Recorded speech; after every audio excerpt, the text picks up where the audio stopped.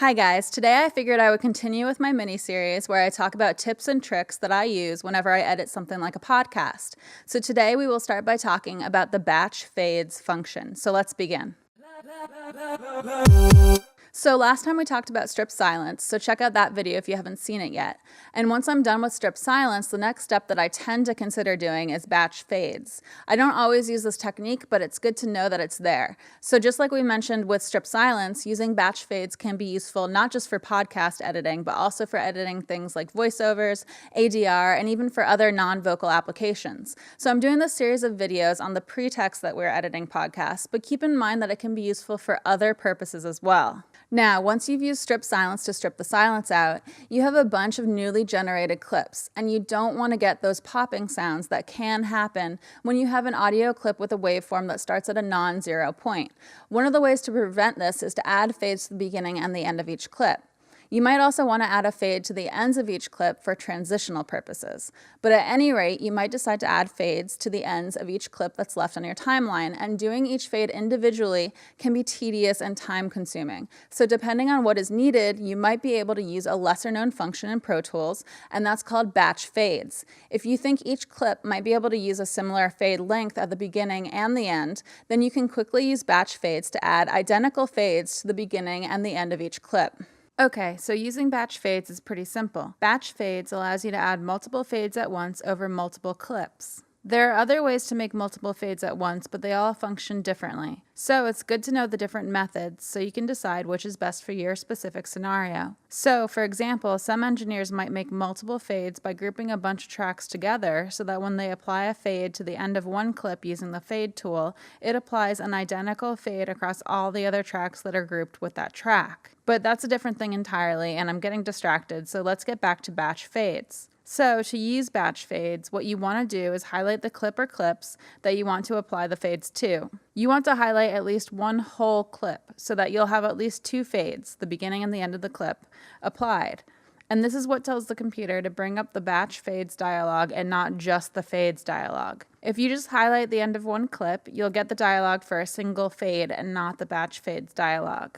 Anyway, highlight a section that encompasses at least one whole clip. Then you can either hold the command button on your keyboard and press the F key, and you'll hold the control button instead of command if you're on a Windows computer, or you can go to the edit menu and go all the way down to choose the fades option. There, you'll choose the create option. Either way, this opens up the batch fades dialog window. This will look similar to the dialog window that we use to make a single fade. If you're in Pro Tools 12, you'll have a lot more options and flexibility with your fades if you're opening up this window. So for example, you'll have preset buttons at the top that I don't have. But for now, I'll just go over the basics. If you're in Pro Tools 12, my batch fades window should look like the middle section of yours. You'll just have extra options on either side of your window that I don't have here. Anyway, you'll notice that you have sections in this window where you can select the in shape and the out shape.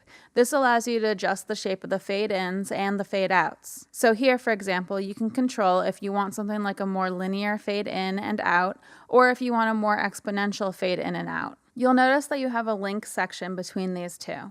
If you have equal power or equal gain selected, then the computer will automatically adjust whichever fade you aren't currently adjusting to complement the one you are adjusting, so that it makes these fades of equal power or equal gain when you look at them together. This is more useful if you're expecting to create crossfades using this dialog. So it can be useful if you want your fade outs to complement the fade ins. In podcasts, this usually comes into play during the transition from one person speaking to another, but sometimes I'm not worried about that, so I set the link option to none so I can independently control the fade outs and fade ins. Another thing to note is that logically, if you choose the first option under in and out shape, the ones that look like part of a rectangle, then you're essentially not doing a fade out or fade in. So that's a quick way to only make fade outs or only make fade ins. So you could set the fade in shape to be the rectangle and then pick a fade for fade out, and you will have only created batch fade outs without any fade ins.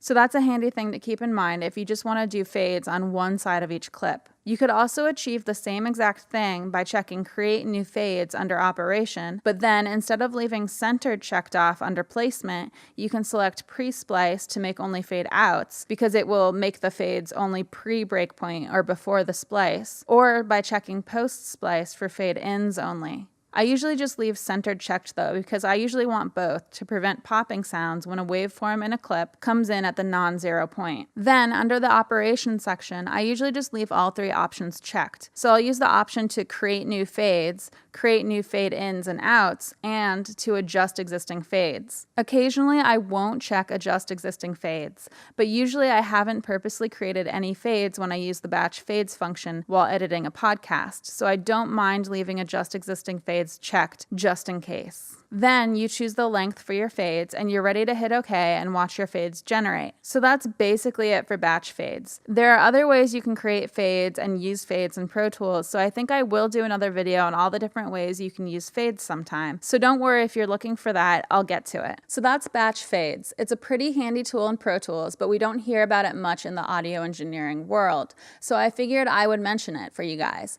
I often decide not to use it though, since I'll usually want to adjust a lot of my fades anyway. Logically, if I'm going to adjust more than half of those fades, then it won't be worth doing a batch fade. So basically, I alternate between using it a bit and not using it.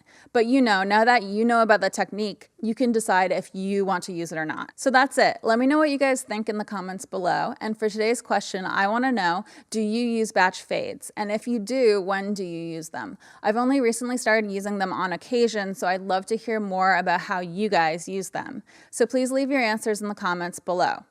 Also, if you like this video, please hit the little like button, share the video, or subscribe to my channel. I'll be coming out with new videos every other Wednesday, and thanks for watching. Okay.